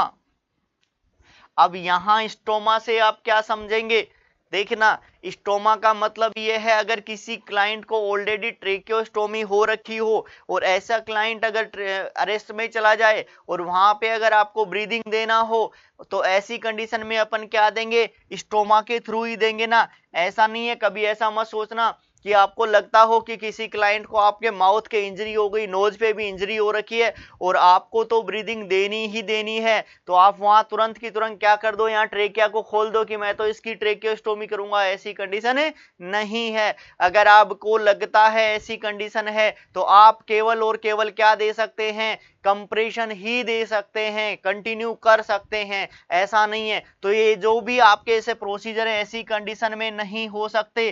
तो अपन ने कहा माउथ टू स्टोमा, तो 3 मेथड्स आपने बोले, mouth to mouth the important और कॉमन मेथड होता है, माउथ टू नोज भी यूज कर सकते हैं और माउथ टू स्टोमा। तो ये आपका पूरा का पूरा CAB था। अब एक और बात ध्यान रखना, ये जो रेस्क्यू ब्रीदिंग अपन देते हैं, ये ब्रीदिंग कैसा होना चाहिए, इफेक्टिव ब्रीदिंग का मतलब क्या है, ये चीज कई बार एग्जाम में क्वेश्चन पूछा गया है। देखो इफेक्टिव ब्रीदिंग से क्या समझेंगे आप, देखना कोई भी ब्रीदिंग है वो इफेक्टिव कब होगी, आप जो भी अपन सीपीआर में जो ब्रीदिंग देते हैं, इफेक्टिव ब्रीदिंग का मतलब क्या है, जब आप रेस्क्यू ब्रीदिंग दो या ऐसे ब्रीदिंग दो, कैसा भी ब्रीदिंग दो, इसका मतलब हमेशा ध्यान रखना जो ब्रीद आप दे रहे हो वो केवल और केवल ओनली 1 सेकेंड के लिए होना चाहिए। ऐसा नहीं है कि तुम एक बार ब्रीद देने लग गए और कंटिन्यू दिए ही जा रहे हैं 2 सेकेंड 5 सेकेंड 10 सेकेंड 1 मिनट तक, ऐसा नहीं है। क्यों? क्योंकि क्लाइंट जो दे रहा है, जैसे आप अगर ब्रीदिंग दे रहे हैं तो आपके पास भी ऑक्सीजन होनी चाहिए इसको देने के लिए, कुछ टाइम बाद में आपका भी क्या हो जाए, खाली हो जाएगी, तो आपको फिर ब्रीदिंग देनी पड़ेगी ऐसी कंडीशन में। तो हमेशा ध्यान रखना इफेक्टिव ब्रीदिंग का मतलब क्या होता है, इफेक्टिव ब्रीदिंग का मतलब one breath over 1 second, 1 breath over 1 second. ये हमेशा ध्यान रखना, कई बार ऐसा आएगा कि कौन सा स्टेटमेंट ट्रू है कौन सा फॉल है, ऐसा करके आपको अलग अलग स्टेटमेंट डालेगा और उसमें आप ध्यान रखना। तो जो भी आप ब्रीथ देते हैं वो सारी की चाहे आप रेस्क्यू ब्रीदिंग दें, यहां जो आप ब्रीदिंग दे रहे हैं कैसी भी ब्रीदिंग दें, वो हमेशा कैसी होनी चाहिए, 1 ब्रीथ ओवर 1 सेकेंड। एक और बात क्लियरली यहां ध्यान रखना, हमेशा जब भी आप ब्रीथ देते हैं तो क्या चेक करेंगे, जो आप ब्रीदिंग दे रहे इफेक्टिव कब होगी, जब आपको लगता है कि चेस्ट राइज हो रहा है। कई बार होता क्या है, आप ब्रीथ देते हैं, आपने प्रॉपर मैन्यूवर का यूज नहीं किया, आपने प्रॉपर ब्रीथ नहीं दी, तो वो कहां जा सकती है, एब्डोमेन में भी जा सकती है, और एब्डोमेन में चला जाएगा तो क्या हो जाएगा, एब्डोमिनल डिस्टेंशन हो जाएगा, और ऐसी कंडीशन अगर हो गई तो क्लाइंट क्या करेगा, वोमिटिंग के चांस बढ़ जाएंगे। तो आपको चेक करके ही देना है। जब आप ब्रीथ दे रहे हैं तो आप चेस्ट को विजिएगा, अगर चेस्ट में विजिबल चेस्ट राइज है तो आप देख रहे हैं कि जो आप दे रहे हैं वह सही है। तो हमेशा किसके चेक करते रहेंगे, क्या ऑब्जर्व करते रहेंगे, check visible chest rise and alert for gastric distension. बात क्लियर समझ लेना, जब भी आप अगर ऐसा ब्रीदिंग देते हैं तो विजिबल चेस्ट राइज देखेंगे, अन्यथा तो आप गैस्ट्रिक डिस्टेंशन के लिए अलर्ट रहना होगा, नहीं तो क्लाइंट को एस्पिरेशन का चांस हो सकता है। तो क्लियर है मेरी बात। तो ब्रीदिंग कैसे देंगे, तो आप कैब फॉर्मूला पढ़ने चले थे, कैब फॉर्मूला में आपने क्या पढ़ा, कंप्रेशन, एयरवे और ब्रीदिंग। देखो यहां से एक चीज और है, उससे पहले मैं जो जितनी तीनों स्टेप पढ़ी हैं उनको मैं एक डायग्राम के थ्रू आपको दिखाना चाहता हूं, एक डायग्राम के थ्रू दिखाना चाहता हूं। देखिए ये डायग्राम देखिए आप, इस डायग्राम में आपने देखा यहां से एयरवे, ये एयरवे ओपन, यहां से ये एयरवे ओपन करने का, ये देखो यहां से चेक करने का, यहां पल्स चेक की जा रही है, यहां पे ये पल्स चेक कर रहे हैं, यहां पे देखो ये माउथ टू माउथ ब्रीदिंग दी जा रही है। ये जो फिगर है, ये जो डायग्राम है, इसमें क्लाइंट क्या कर रहा है, माउथ टू माउथ ब्रीदिंग दी जा रही है,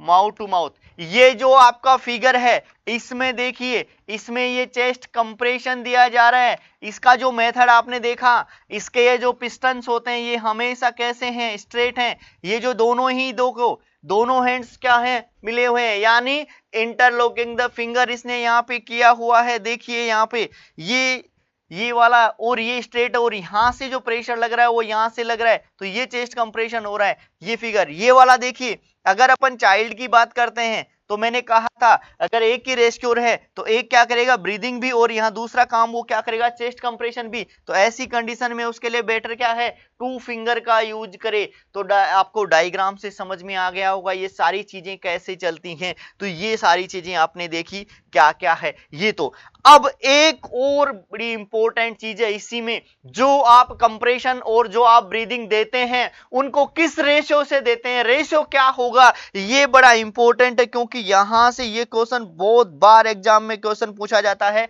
तो अब नेक्स्ट देखिए आप, कंप्रेशन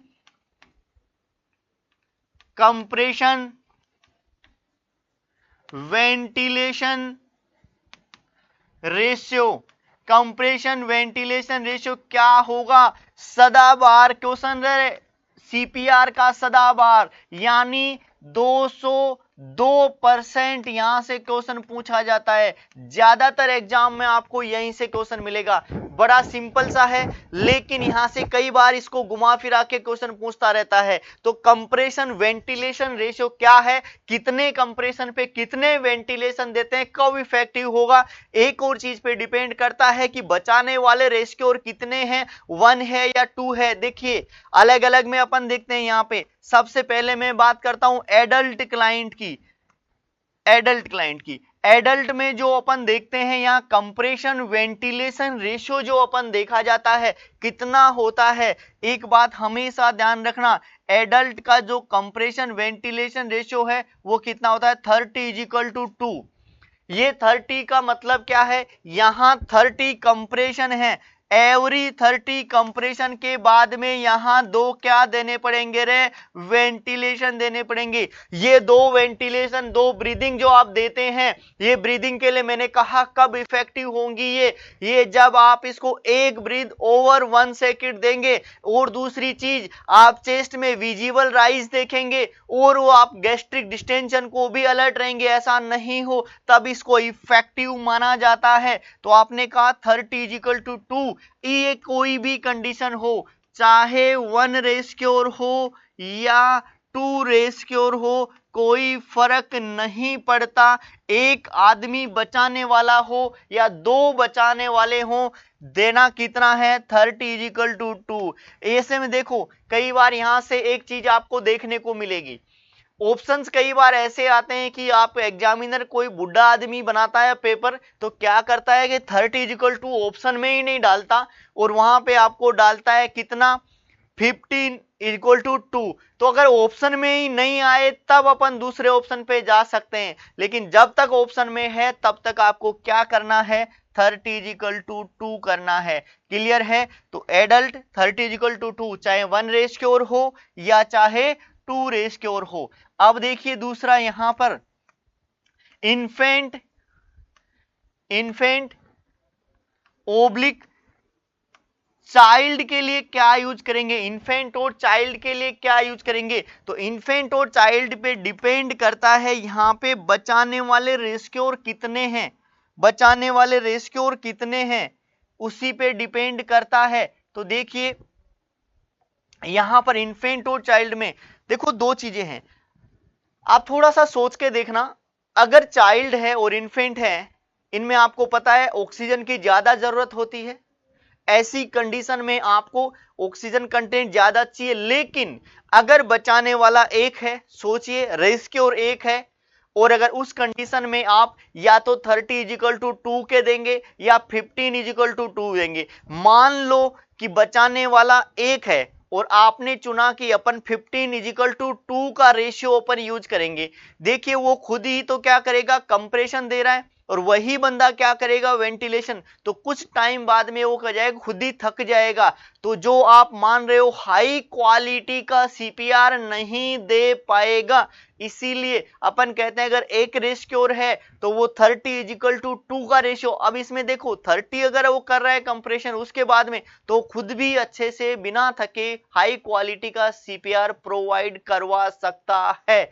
तो देखिए यहां पर अगर 1 रेशियोर है, कितना है, 1 रेशियोर है, तो ये जो रेशियो होगा ये कितना होगा, 30:2 का ही रहेगा। और अगर ये रेशियोर कितने हैं, 2 रेशियोर हैं, तो ये हमेशा ध्यान रखना ये जो रेशियो है वो कितना होगा, 15:2। वेरी इंपॉर्टेंट है, कई बार एग्जाम में क्वेश्चन, कई बार क्या रहा है, सबसे ज्यादा एग्जाम में यहीं से सीपीआर में क्वेश्चन पूछा जाता है।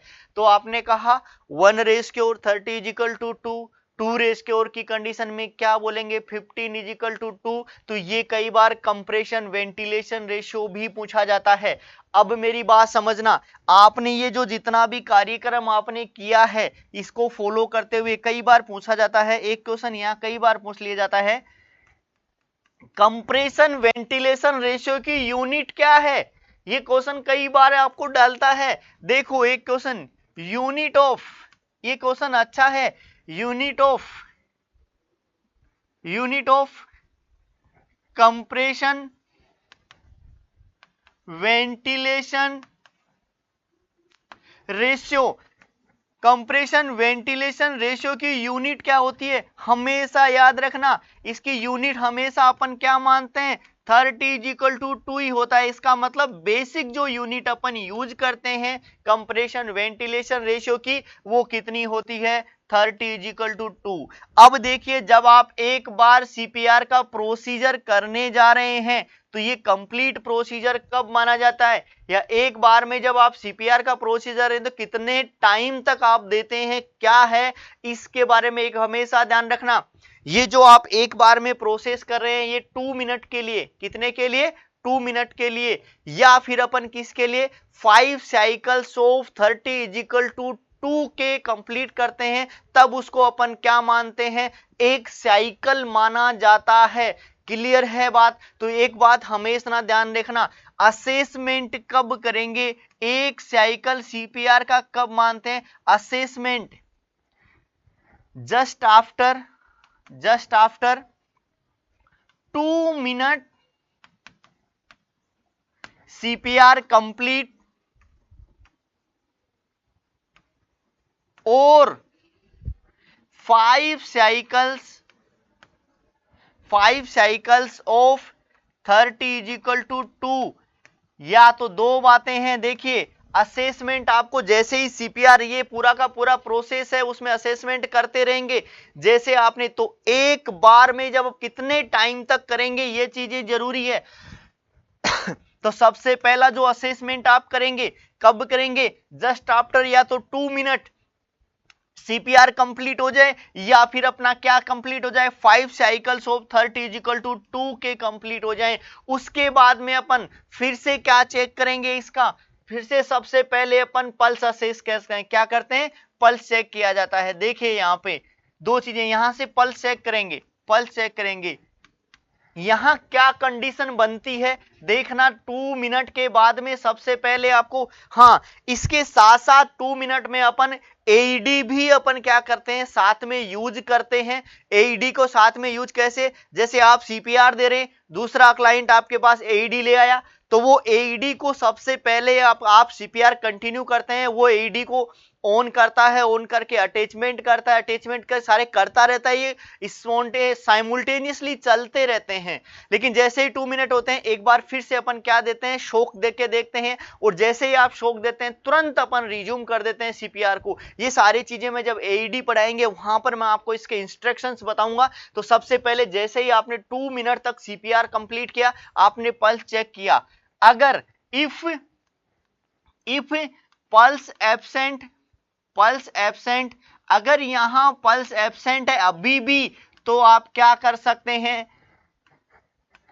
रिज्यूम सीपीआर, वापस से सीपीआर दीजिए, और क्या करेंगे, यूज एईडी, और एईडी का यूज भी कर सकते हैं। जो आपको अगर एईडी अवेलेबल है तो पहले एईडी का यूज करेंगे, जैसे ही आपने एईडी का यूज किया तुरंत की तुरंत अपन एईडी का यूज करते क्या कर देंगे, सीपीआर को फिर से रिज्यूम कर दिया जाएगा बिना कोई डिले के, कोई डिले नहीं करेंगे यहां पे। एक बात का हमेशा ध्यान रखना। दूसरा यहां क्या कंडीशन बनती है, एक कंडीशन तो बनी कि आपने सीपीआर दिया और देने के 2 मिनट देने के बाद भी किसी प्रकार का कोई पल्स नहीं आया, इसका मतलब है कोई सर्कुलेशन नहीं आया, इसका मतलब है जो सीपीआर दिया उससे कोई, तो एक बात होगी, अगर ऐसा होता है तो आप कंटिन्यू सीपीआर को रिज्यूम कर दीजिए, कंटिन्यू रखिए, या आपके पास एईडी है तो पहले एईडी का यूज कर लीजिए और उसके बाद में तुरंत की तुरंत बाद में सीपीआर को रिज्यूम कर लीजिए बिना टाइम खराब किए, और ये भी कितने टाइम में, लेस देन 10 सेकंड में। इस बात का ध्यान रखना। दूसरी कंडीशन देखो यहां क्या बनती है, कंडीशन नंबर 2, कंडीशन नंबर 1 ये बनी, कंडीशन नंबर 2 बनती है कि पल्स प्रेजेंट आए, यानी अगर पल्स आ जाए लेकिन बट ब्रीदिंग एब्सेंट। यहां दूसरी कंडीशन बन जाए कि अगर आपने सीपीआर दिया 2 मिनट और उस कंडीशन में आपके पास क्या हुआ, पल्स अपीयर हो गई, पल्स आ गई, इसका मतलब है सर्कुलेशन प्रेजेंट हो गया, लेकिन ब्रीदिंग अभी भी क्या है, एब्सेंट है।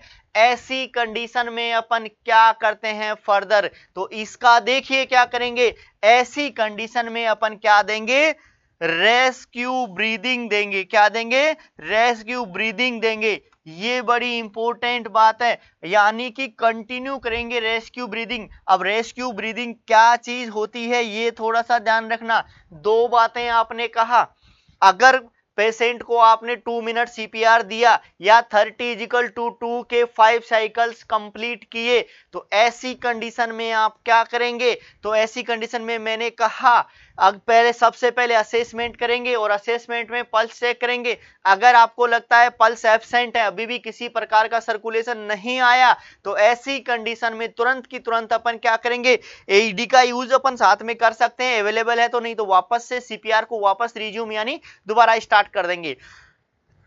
दूसरी कंडीशन आपके पास क्या बनती है कि अगर पल्स प्रेजेंट हो, पल्स अपीयर हो जाए, लेकिन ब्रीदिंग अभी भी एब्सेंट है, तो ऐसी कंडीशन में अपने को क्या देना होगा, रेस्क्यू ब्रीदिंग देते हैं।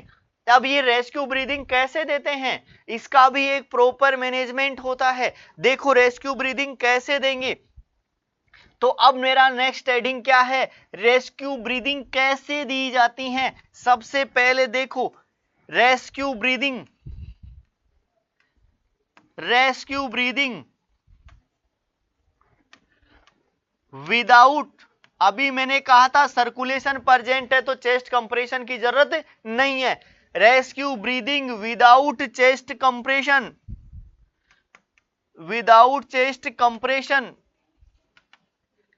तो आपने कहा rescue breathing without chest compression, ये बात थोड़ा सा ध्यान रखना कैसे देंगे। देखो दो चीजें हैं, ये जो ब्रीदिंग देने का अपन दो मेथड से दे सकते हैं, या तो अपन माउथ टू माउथ देते हैं या फिर किसी एडवांस्ड एयरवे का यूज करते हैं।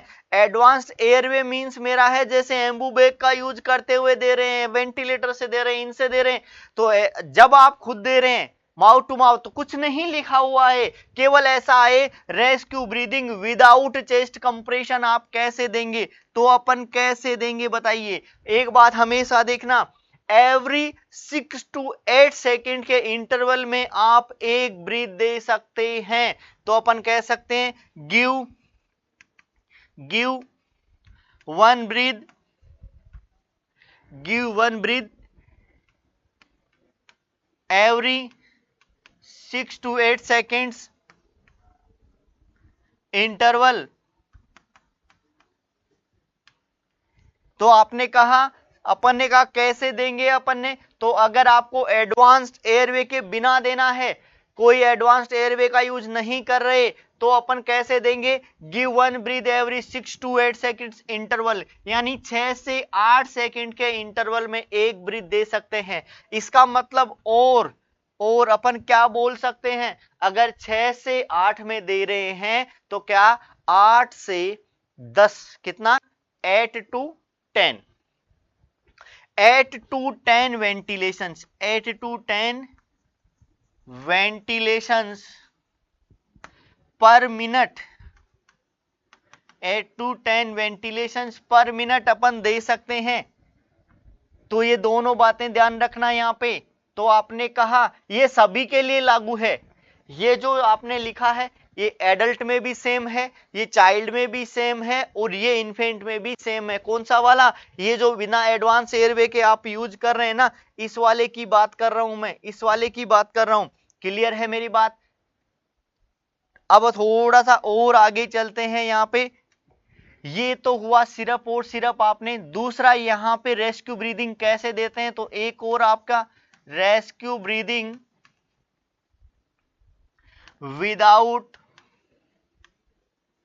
Without chest compression with advanced airway, advanced airway. तो आपने कहा rescue breathing without chest compression with advanced airway. देखो यहां पर एक नाम आ गया है रे, एडवांस्ड एयरवे। अगर एडवांस्ड एयरवे नाम आ जाए तो यहां पे थोड़ा सा चेंज हो जाता है। यहां पे क्या, क्योंकि अपन और ज्यादा ब्रीथ दे सकते हैं और कम टाइम में ज्यादा ब्रीथ दे सकते हैं। अगर आप माउथ टू माउथ दे रहे हैं तो अपन अगर ज्यादा ब्रीथ देंगे तो खुद ही फटीग हो जाएंगे, थक जाएंगे, ऐसी कंडीशन में ज्यादा नहीं दे सकते। इसलिए आपने कहा तो rescue breathing without chest compression with advanced airway कैसे देंगे, ये थोड़ा सा देखो आप। सबसे पहले इसमें अलग अलग हैं। इसमें एडल्ट के लिए रेशियो अलग चेंज होता है, जबकि चाइल्ड और इन्फेंट के लिए अलग रेशियो। एडल्ट के लिए अपन क्या करेंगे, गिव वन ब्रीथ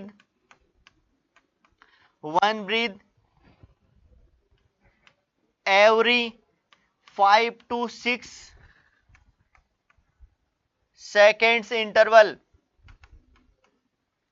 अगर आप एडल्ट में दे रहे हो तो कितने से, 5 to 6। कई बार ये ऑप्शन में नहीं होता है तो 3 to 5 सेकेंड भी अपन यूज कर लेते हैं यहां पे। तो आपने कहा give one breath every 5 to 6 seconds के इंटरवल से दे सकते हैं। इसका मतलब मैं इसको एक बात और लिख सकता हूं। क्या लिख सकता हूं रे, देखो क्या लिख सकते हैं अपन। मैं कह सकता हूं 10 से 12 वेंटिलेशंस पर मिनट। इसको एक और बात क्या लिख सकते हैं, तो 1 मिनट में यहां कितना दे सकते हैं अपन, 10 से 12 वेंटिलेशन। या मैं कह रहा हूं एवरी 5 to 6, जितनी बार भी एम्स ऋषिकेश का, आजकल तो नोर सेट हो गया, पहले जितनी बार भी एम्स ऋषिकेश का पेपर लगा हुआ हो और सीपीआर का ये क्वेश्चन नहीं आया हुआ हो, ऐसा कभी हुआ ही नहीं। जब जब एम्स ऋषिकेश ने एग्जाम करवाया इस क्वेश्चन को जरूर डाला है। ये उनका पेटेंट क्वेश्चन था और वो भी कौन सा, एडवांस्ड एयरवे के साथ में। तो ये बात हमेशा जाना बड़ा इंपॉर्टेंट है, वेरी, बस थोड़ा सा ध्यान रखना, क्या एडवांस्ड एयरवे का यूज किया है या एडवांस्ड एयरवे का यूज नहीं किया है। अगर एडवांस्ड एयरवे नहीं दिया हुआ हो तो 6 to 8 सेकेंड के इंटरवल में देते हैं। अगर एडवांस्ड का यूज किया है तो अपन एडल्ट क्लाइंट में यहां पर 5 to 6 सेकेंड्स के इंटरवल में अपन देंगे। और आपने कहा 10 से 12, ये तो सिर्फ मैंने किसके लिए बताया, एडल्ट के लिए बताया। लेकिन चाइल्ड और इन्फेंट के लिए गाइडलाइन चेंज हो गया, पहले ऐसा नहीं था। देखो चाइल्ड और इन्फेंट के लिए अपन क्या कर सकते हैं, कितना दे सकते हैं, क्योंकि चाइल्ड और इन्फेंट में ऑक्सीजन की जो रिक्वायरमेंट है वो एडल्ट की तुलना में बहुत ज्यादा होती है। इसलिए अपन एडवांस्ड एयरवे है तो ज्यादा वेंटिलेशन दे सकते हैं। और ज्यादा वेंटिलेशन कैसे दे सकते हैं, तो आपने कहा give one breath every 2 to 3 seconds. ये 2020 की गाइडलाइन का ये एएचए की गाइडलाइन में चेंज हो गया। पहले ये जो रेशियो था वो 3 to 5 था, लेकिन एएचए 2020 में इसने चेंज कर दिया और उसने कहा कि जो ब्रीथ है और ज्यादा दे सकते हैं। तो एक ब्रीथ है वो कितने सेकंड के इंटरवल में दे सकते हैं, एवरी 2 to 3 सेकंड्स के इंटरवल में दे सकते हैं। इसका मतलब आप क्या लिख सकते हैं रे, इसका मतलब अपन बोल सकते हैं कि 20 to 30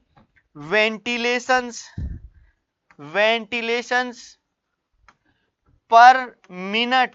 यानी 1 मिनट में अपन लगभग 20 से 30 वेंटिलेशंस दे सकते हैं। वेरी वेरी वेरी इंपॉर्टेंट, इन पे ध्यान रखना थोड़ा सा, ये क्वेश्चन कई बार पूछ लिया जाता है। तो ये आपका क्या था, रेस्क्यू ब्रीदिंग। क्या था, रेस्क्यू ब्रीदिंग, एडवांस्ड एयरवे के साथ में और बिना एडवांस्ड एयरवे के। क्लियर है। रेस्क्यू ब्रीदिंग के बाद में एक दो और मैं आपको बता देता हूं, एक नोट डलवा देता हूं, कई बार यहां छोटा देखो, वैसे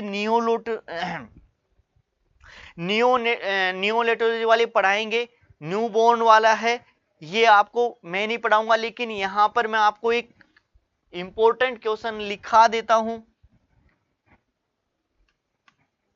ventilation, compression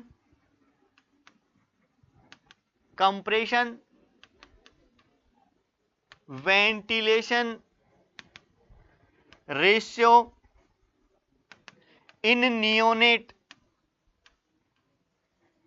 compression ventilation ratio in neonate, neonate में ये क्या होगा, ये रेशियो होता है 90:30, यानी 90 कंप्रेशन और 30 उसमें क्या होने चाहिए, वेंटिलेशन। इसका मतलब ये जो रेशियो है 3:1 का यूज करते हैं। ये क्वेश्चन भी कई बार एग्जाम में पूछा जाता है, तो ये कई बार क्वेश्चन पूछा गया है, इसका भी थोड़ा सा ध्यान रखें। तो compression ventilation ratio in neonates, neonates में 3:1 का यूज किया जाता है।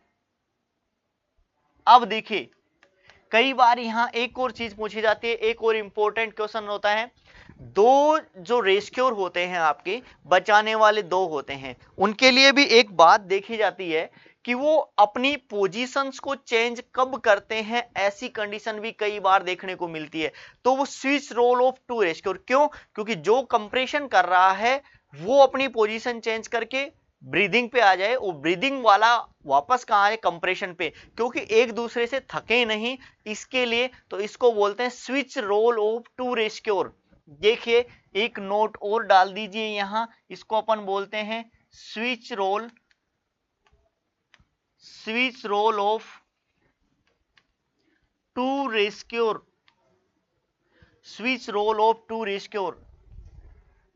Switch role of two rescuer से मतलब क्या है, मतलब क्या है, exchange of position of rescuer between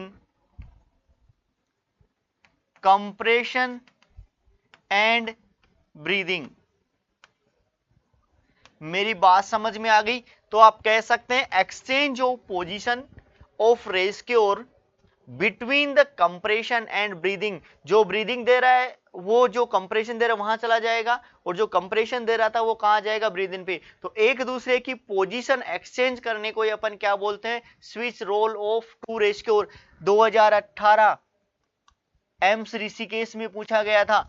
तो देखिए ये कब किया जाता है, दो चीजें हैं यहाँ पे, ये कब किया जाता है, तो एक्सचेंज ऑफ पोजीशन टू रेस्क्योर की कंडीशन में। देखिए अगर आप एईडी का यूज कर रहे हैं तो ये अलग कंडीशन बन जाती है, अगर आप एईडी का यूज नहीं कर रहे हैं तो ये अलग कंडीशन बनती है। देखो अगर एईडी का यूज नहीं कर रहे हैं तो जो आप पोजीशन चेंज होती हैं वो एवरी 5 साइकिल्स के बाद में होगी, और अगर एईडी का यूज कर रहे हैं तो जब वो एईडी रिदम को एनालाइज करता है उस टाइम पे अपन चेंज कर सकते हैं। दोनों ही इंपॉर्टेंट बात है, कई बार ऐसा पूछा गया है। तो देखना इंपॉर्टेंट क्या है, सबसे पहले मैं बोलूंगा विदाउट एईडी। अगर एईडी यूज नहीं कर रहे हैं उस टाइम पे आप कैसे पोजीशन चेंज कर सकते हैं, ये बड़ी इंपॉर्टेंट बात है। तो कब करेंगे, आफ्टर 5 साइकिल्स ऑफ 30:2, यानी 30:2 के 5 साइकिल्स कंप्लीट होने के बाद में, या जब आप 2 मिनट तक सीपीआर दे देते हैं तब, या आफ्टर 2 मिनट, ये दोनों चीजें लागू जो ऑप्शन में आपको मिले वो आप कर सकते हैं। तो अगर एईडी का यूज नहीं कर रहे हैं तो आप पोजीशन कब चेंज करेंगे एक दूसरे की, तो मैंने कहा 30:2 के 5 साइकिल्स और या 2 मिनट सीपीआर कंप्लीट होने के बाद में वो एक दूसरे की पोजीशन चेंज कर सकते हैं। इसमें एक और बात है, पोजीशन चेंज करने में कितना टाइम ले सकते हैं रे, ये भी बड़ी इंपॉर्टेंट बात है। देखो हर एक छोटी छोटी चीज पे कई बार क्वेश्चन डाल देता है। तो पोजीशन चेंज करने में 5 सेकंड से ज्यादा का टाइम नहीं लगना चाहिए। तो अपन कह सकते हैं कितना टाइम लगना चाहिए, लेस देन 5 सेकंड्स। ये भी कई बार अगर डाल दे तो थोड़ा सा ध्यान रखना, ये एक दूसरे की पोजीशन चेंज करने में 5 सेकंड से ज्यादा का टाइम नहीं लगना चाहिए। ये तो किसके बिना था रे, एईडी के बिना था। अब मैं अगर आपको बोलूं कि एईडी का यूज किया है विद यूज ऑफ एईडी, अगर एईडी का यूज कर रहे हो तब कब पोजीशन चेंज की जा सकती है। देखो जब भी अपन एईडी का यूज करते हैं उस टाइम पे जब अपन बटन प्रेस करते हैं उसको एनालाइज, रिदम को एनालाइज करने के लिए, उस टाइम वो एनालाइज करने में कुछ टाइम लेता है, उस दौरान आप पोजीशन चेंज कर सकते हैं। तो मैंने कहा जब एईडी का यूज कर रहे हैं तब पोजीशन कहें कब चेंज करेंगे, तो व्हेन रीएनालाइज द रिदम, जब आपका जो एईडी है वो रिदम को रीएनालाइज कर रहा हो उस टाइम आप अपनी पोजीशन चेंज कर सकते हैं। बड़ा इंपॉर्टेंट क्वेश्चन है, कई बार यहां से क्वेश्चन पूछा जाता है कि कब कब अपनी पोजीशन चेंज कर सकते हैं। तो मेरी बात अपन आज दोस्तों, आज चले थे अपन कहां से, CAB के बारे में पढ़ते हैं। और CAB का मतलब था कंप्रेशन, एयरवे और ब्रीदिंग, इनके बारे में अपन ने डिटेल से पढ़ा। अब इसके साथ आपने एक और नाम लिया था AED। AED का मतलब होता है ऑटोमेटेड एक्सटर्नल डिफिब्रिलेटर। आज की क्लास अपन यहीं समाप्त करते हैं, नेक्स्ट क्लास में अपन देखेंगे AED क्या होता है। Okay, thank you.